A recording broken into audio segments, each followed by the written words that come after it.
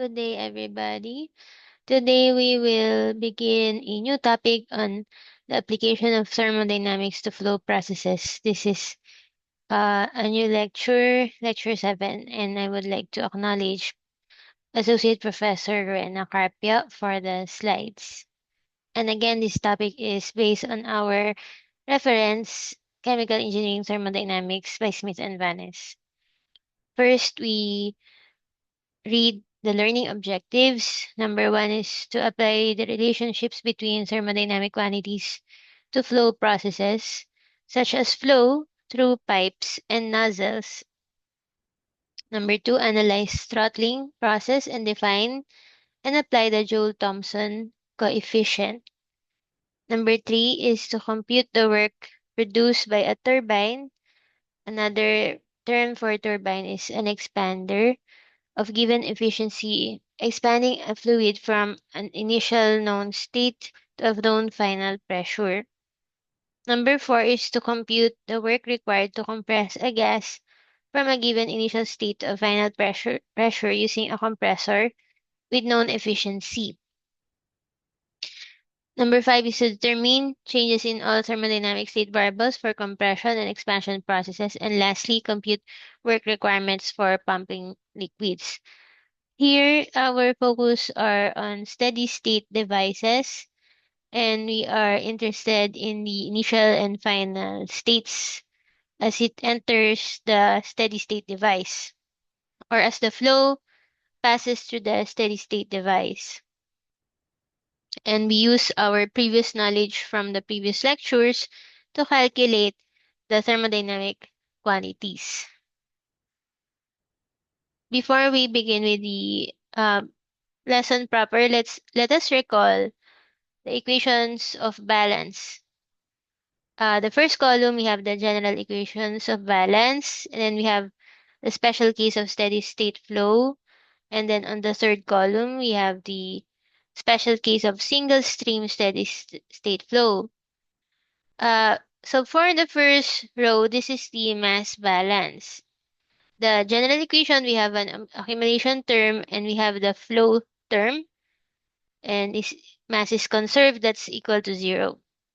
But if it's a steady state flow, the accumulation terms become 0, so we're left with the flow terms. And a more simple case for a steady state flow is if we have a single stream flow, which means the initial and final mass flow rate is just equal, and we can name it as M. So since it's just equal, it's a single stream. So we can generalize that as the flow rate, the mass flow rate M. And next we have the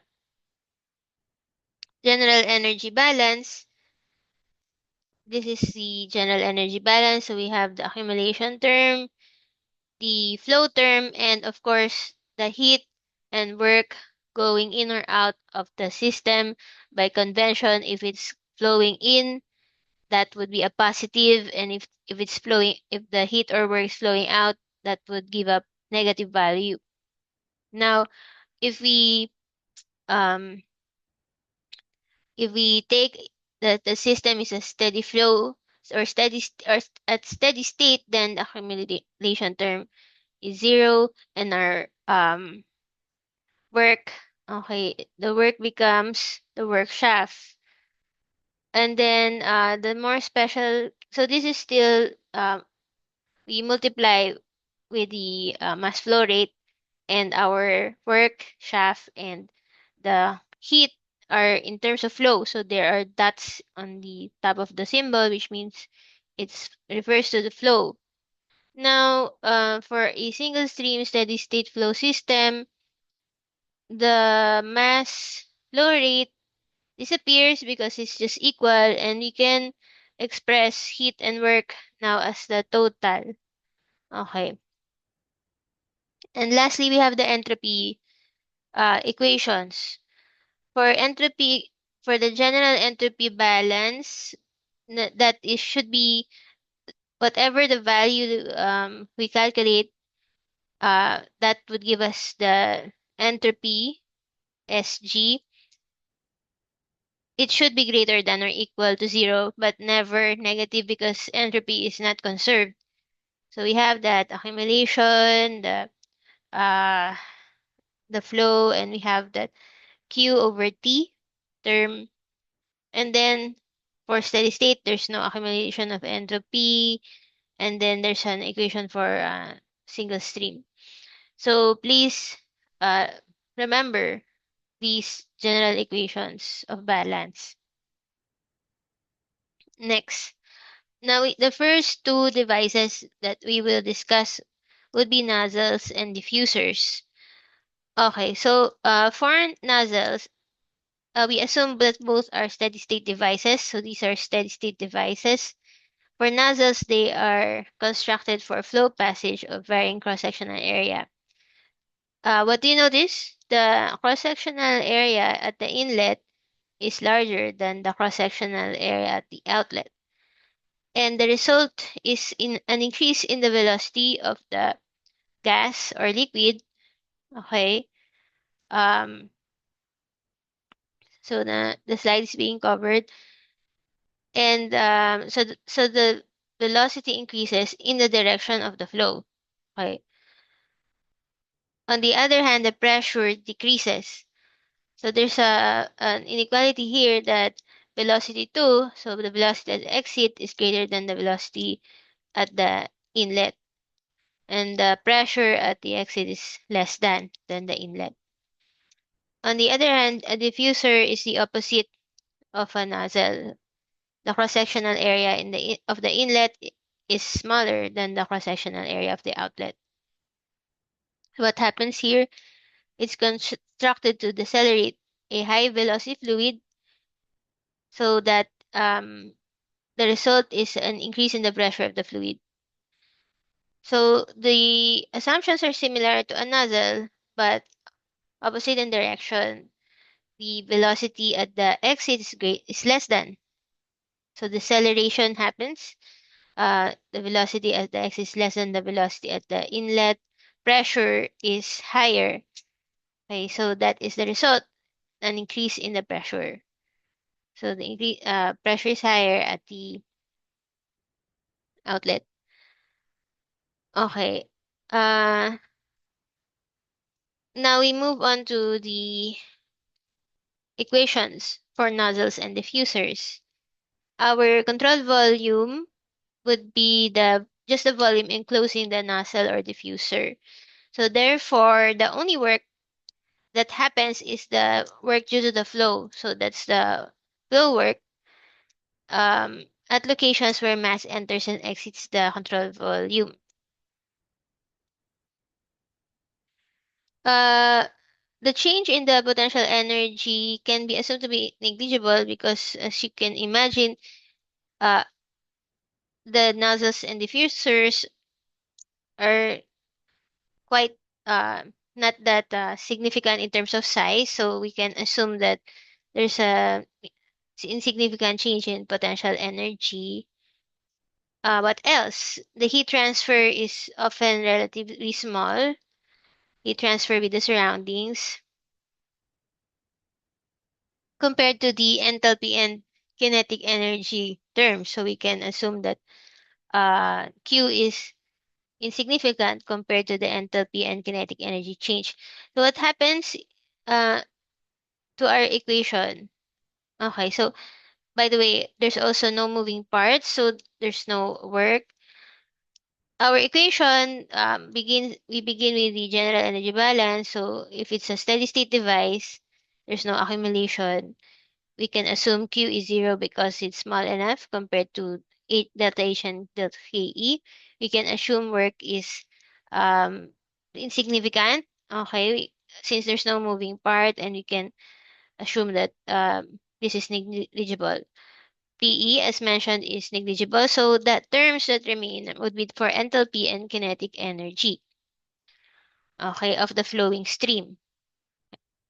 And we equate that to zero. So expanding that, we expand this equation, that's delta H plus U here refers to the velocity. So delta U or velocity squared over 2 equal to 0 because it's zero on the other side, then the m cancels out. And further expanding the equation, we have enthalpy 2 minus enthalpy 1 uh, plus 2 squared over 2 minus u1 squared over 2. We separate the enthalpy and kinetic energy on both sides of the equation. And the usual quantity that we're trying to find when we talk about nozzles would be the velocity at the exit. So we isolate the velocity on one side of the equation, we get this equation. Okay, so this equation to solve for velocity 2. Now there's a special property, we call it stagnation property, and it happens when the property of the fluid at zero velocity. So we evaluate the stagnation property at a reference state known as the stagnation state. So what happens here? Um, this is the equation. H not refers to the stagnation state. As you can notice, there's no kinetic energy at state not, so there's no U not squared over 2 because U not is 0. And therefore, we can call H naught as the stagnation enthalpy. So further solving this equation, without the U naught squared over 2, that's just 0, we get, and transferring H to the other side of the equation, we get this equation. So here, H1 is just referred to H, U1 is just referred to as U. So H naught minus H is actually just Cp dt. So T naught dt is T naught minus T. And therefore, P naught and T naught, we call them, so these are the pressure and temperature at the stagnation states, at the stagnation state, and therefore we can call them stagnation pressure and stagnation temperature respectively. So this is one other way that you can solve for U if you know that if you have a reference, okay, if you know the reference state that is as the stagnation state. Okay, so if you know this, that this is the stagnation state, T naught, where velocity is 0, then that's one way to calculate for the velocity. Okay. How about the efficiency of a nozzle? So remember the way that we calculate for efficiency is we divide the smaller value by the bigger value, and that would give us a fraction. And for a nozzle, the actual enthalpy change is lesser than the isentropic enthalpy change. So therefore, the delta H actual is on the numerator, and the delta H isentropic where there's this is the ideal um, process, okay, where delta is 0. So that's in the denominator. So we can read here in the legend that H2 is the enthalpy after actual expansion, and we can express the expansion, final expansion H as H2 sub H sub 2s. So S refers to the isentropic expansion. H naught is the enthalpy before the expansion. And so since we have this equation right here and we have this equation, which is the energy balance for nozzles, we can therefore also express the efficiency of the nozzle as in terms of velocity. So velocity squared over 2 actual over velocity squared over 2 isentropic. So as you can imagine, the two would cancel out. So it's just a ratio of the square of the two velocities. We can also calculate the nozzle efficiency. Okay. All right. The next topic is a throttle valve or the throttling process. Unfortunately, there's no drawing of the throttle valve, but I'll show you in the problems the symbol for throttle valve. Now, for the throttling process, this happens when a fluid flows through a restriction, such as an orifice. So, what is an orifice? me Google the definition of an orifice. By definition, an orifice is an opening or hole in a wall, plate, or partition. So we can imagine in Filipino, it's butas. So it's an opening. So that fluid flow in an orifice, a partly closed valve, or a porous plug. Without changes in kinetic energy, the primary result is a pressure drop. Okay, so the result of a fluid flow in an orifice, a partially closed valve, like for example, a valve in the faucets or a porous plug, the result is a pressure drop. Now, if there's no heat, the process is isenthalpic. When we say isenthalpic, it means constant enthalpy, and the process is inherently irreversible. Um, so as you can imagine, if fluid flows into an orifice, so there's sudden obstacle or disruption, then uh, entropy would inherently increase. Okay? If we now describe the energy balance for that process, that's what we call a throttling process. So we begin with the general energy equation. We said that there's no heat, there's no work. Okay, so there should be a cancel sign here. Without changes in kinetic energy, potential energy is negligible. If it's steady state, so we're talking about steady state devices, then what remains in the general energy balance is the delta H, and therefore delta H is zero. Okay. For a throttling process, delta H is zero, and therefore, if the fluid flowing is an ideal gas, therefore the H at the outlet or the final state is just equal to the H during the initial state as as it passes through the throttle valve. And for an ideal gas wherein the enthalpy just relies on the temperature, it means if delta H is zero, then the temperature is constant. Okay? So that's important.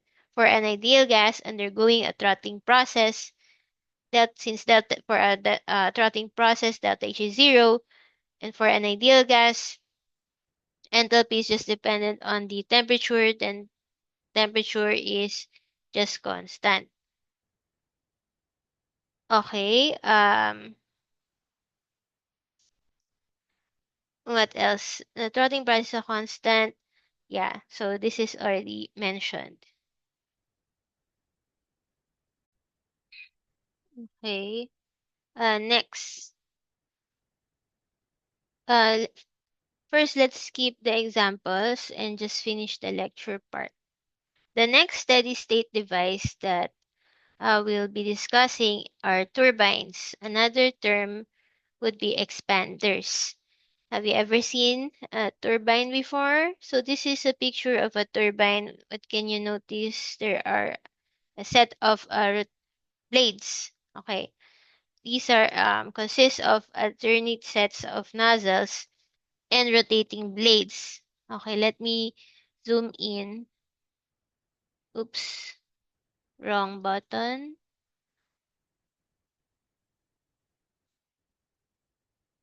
Alternating sets of nozzles and rotating blades. So this is a person, and can you imagine the size of a turbine? It's quite big.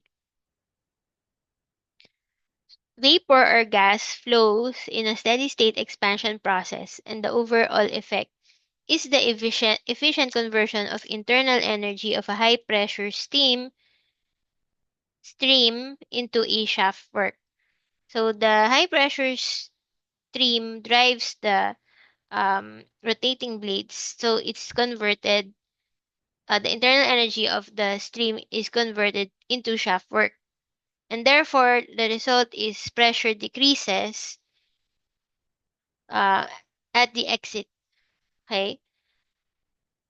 And we usually use steam for operating the turbine, especially in power plants.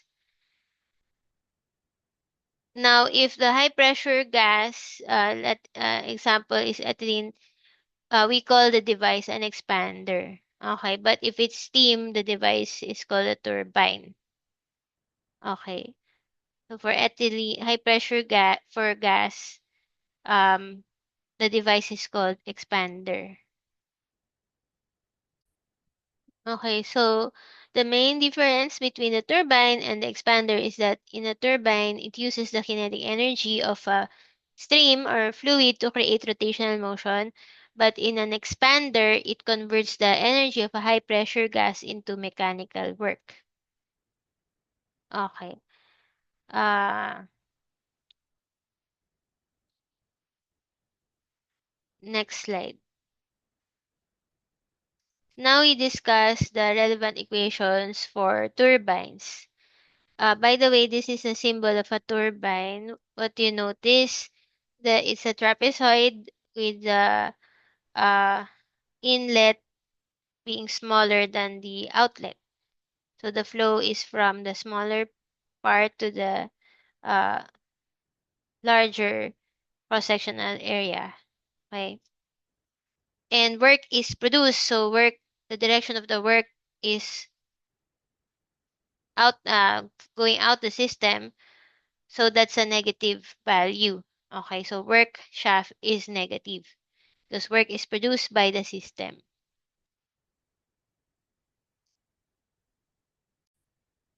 Okay, if we do an energy balance, so this is a steady state system or device, then the accumulation term is zero. Potential and kinetic energies can be assumed to be negligible, and if we assume Q is there's no heat flow, then what we're left with is delta H of the flowing stream is equal to the work shaft. So we expand this equation. There are two types, the actual work shaft and the isentropic work shaft. Which the isentropic we use it to calculate the efficiency. Or if we're given the efficiency, then we can calculate the work actual.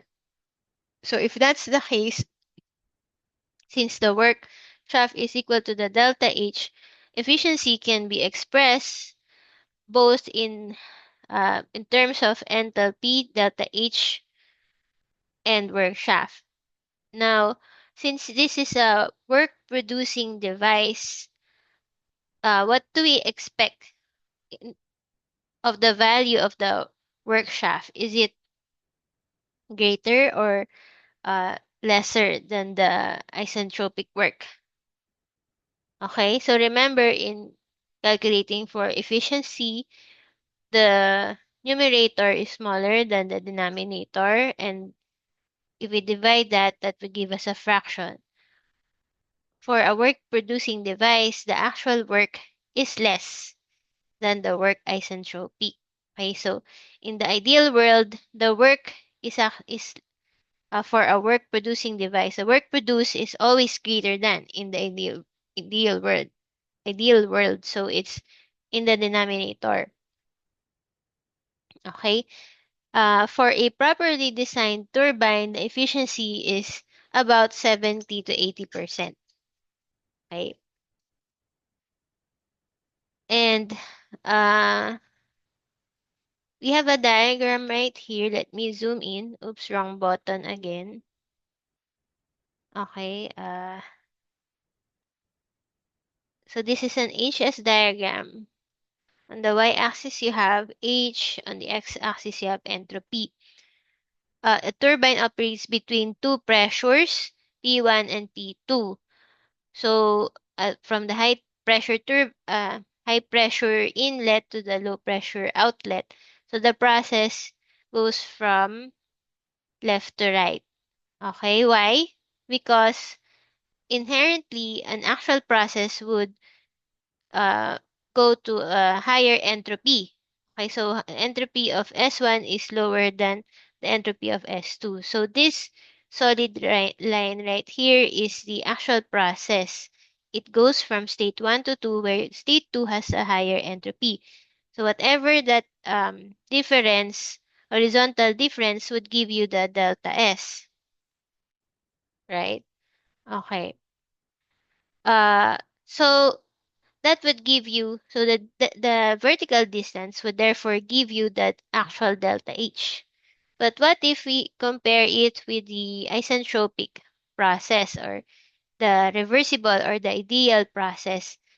Then delta S is zero, and the process goes from state 1 to an imaginary 2, state 2, 2 prime, where delta S is zero. There's no horizontal distance because this is just a vertical line. Now, what do you notice? The delta H isentropic is longer, so the value is larger. Okay, so this is one way you can, if you forget which is higher in this equation, okay, you can draw it like this to imagine what happens. So this is the adiabatic expansion process in a turbine or expander. Adiabatic because we assume Q is zero. Okay, so that is for turbines.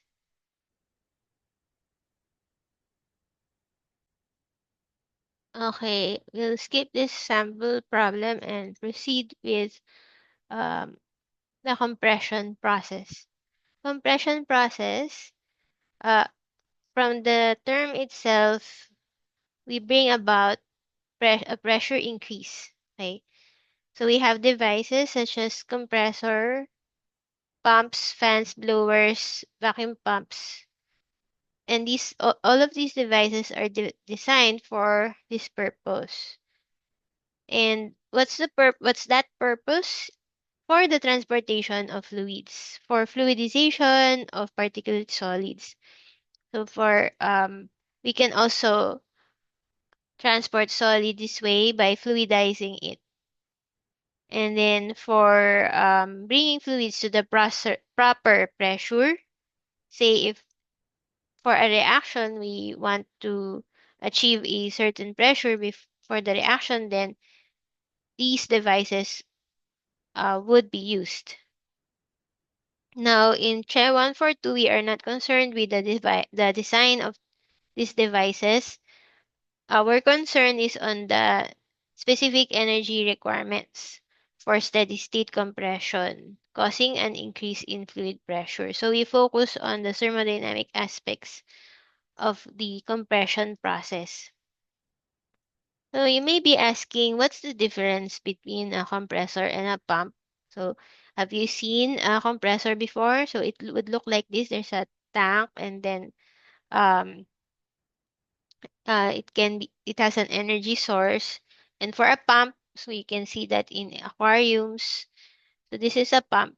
The main difference is that pumps are used for liquids, compressors are used for gases, okay, to transport gases. Since gases are compressible, the compressor also reduces the volume of a gas. So where do you see the compressors? When we use it in paint, in applying paint, so we use compressors.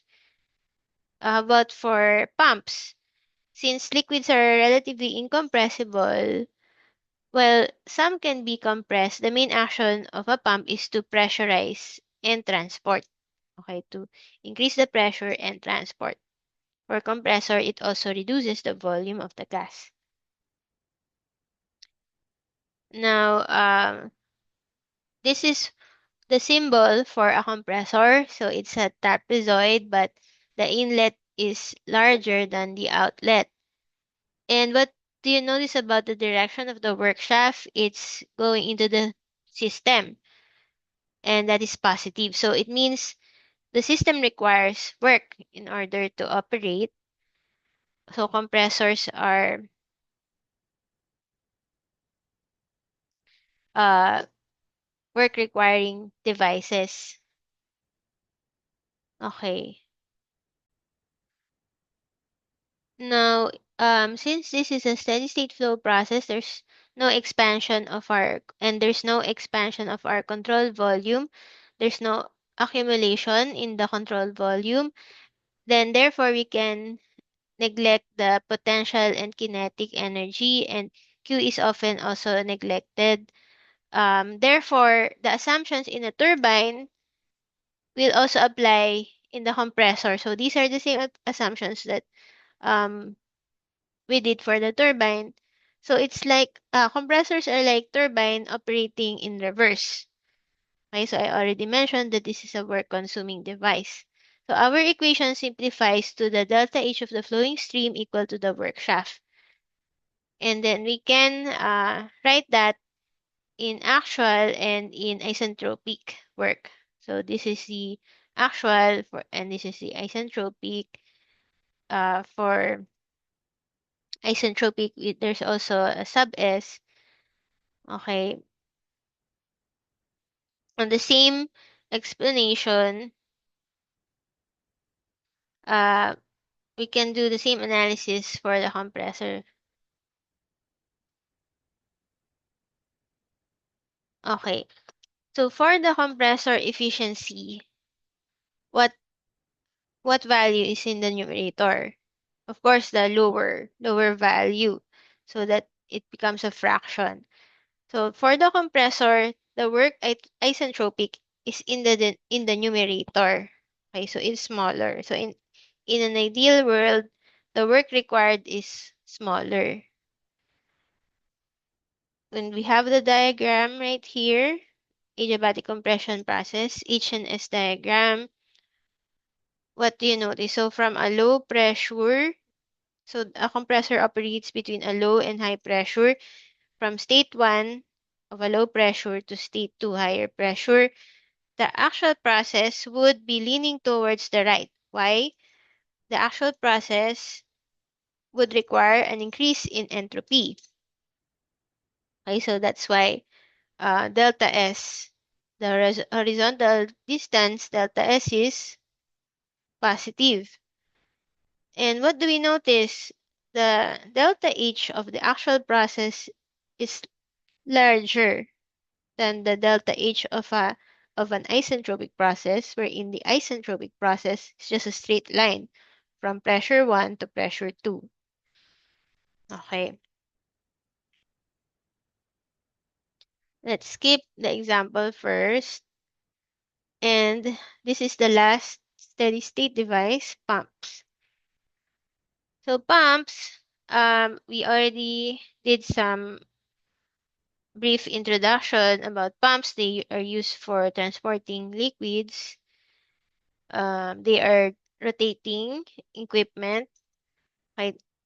And then the same equation applied to adiabatic pumps also applied to adiabatic compressor in terms of the efficiency equation. So this same it applies to pumps as well. But the calculation of delta H is different. Uh, if we are talking about liquids, if we're handling liquids versus gases. So why? Let's begin with the fundamental property relation for delta H, for dH, that's TdS plus VdP. If we're considering an isentropic process, TdS becomes 0, so delta H is just VdP. So therefore, for work isentropic, okay, so again, not just this efficiency equation, but also this equation also holds true for compressor. So work is just the work shaft equal to delta H. So work isentropic equal to delta H is just the integral of VTP from P1 to P2.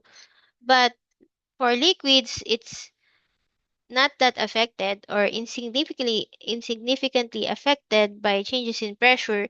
Therefore, we can take out V from the integral, and this integration would just be simplified to V delta P. Okay, so this is V delta P2 minus P1. So there's a typo here. Okay? But that is for the work isentropic, which would be useful to us, okay, if we're calculating for the efficiency. So we already know how to get the delta H as or delta H isentropic of the pump. Okay,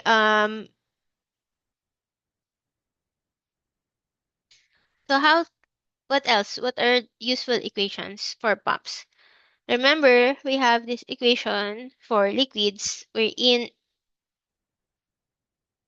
we have two parts, the CPDT for the sensible, and then we also consider, so this is the that contribution of the change in temperature to enthalpy, and we have the contribution of the change in pressure. So the dP term is multiplied by this value, V quantity 1 minus beta T. What is beta? It's the isothermal compressibility.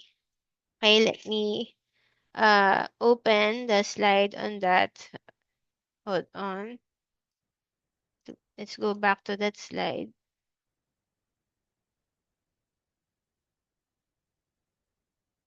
From last topic, lecture 6.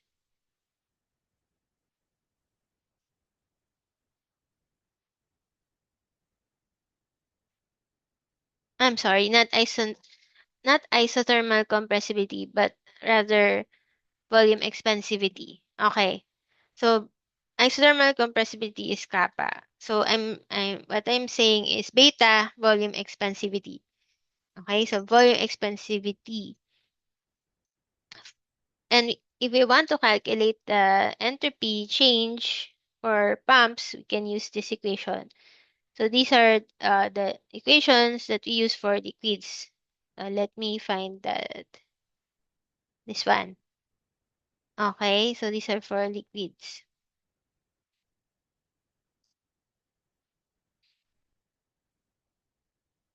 Now, because the temperature changes in pumping fluids are very small, and because the properties are insensitive to pressure or not significantly affected by pressure, in this equation, we can usually assume Cp, the volume, and the volume expansivity to be constant, and therefore we can take them out of the integral. And if we take them out of the integral, these equations, if we integrate both sides of the equation, they would simplify to this one. So what happens?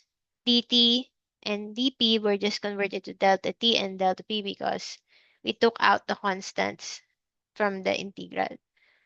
So here is the integrated form. Okay, so it's another example, but we will do all the examples in another video. So let's stop the video for now.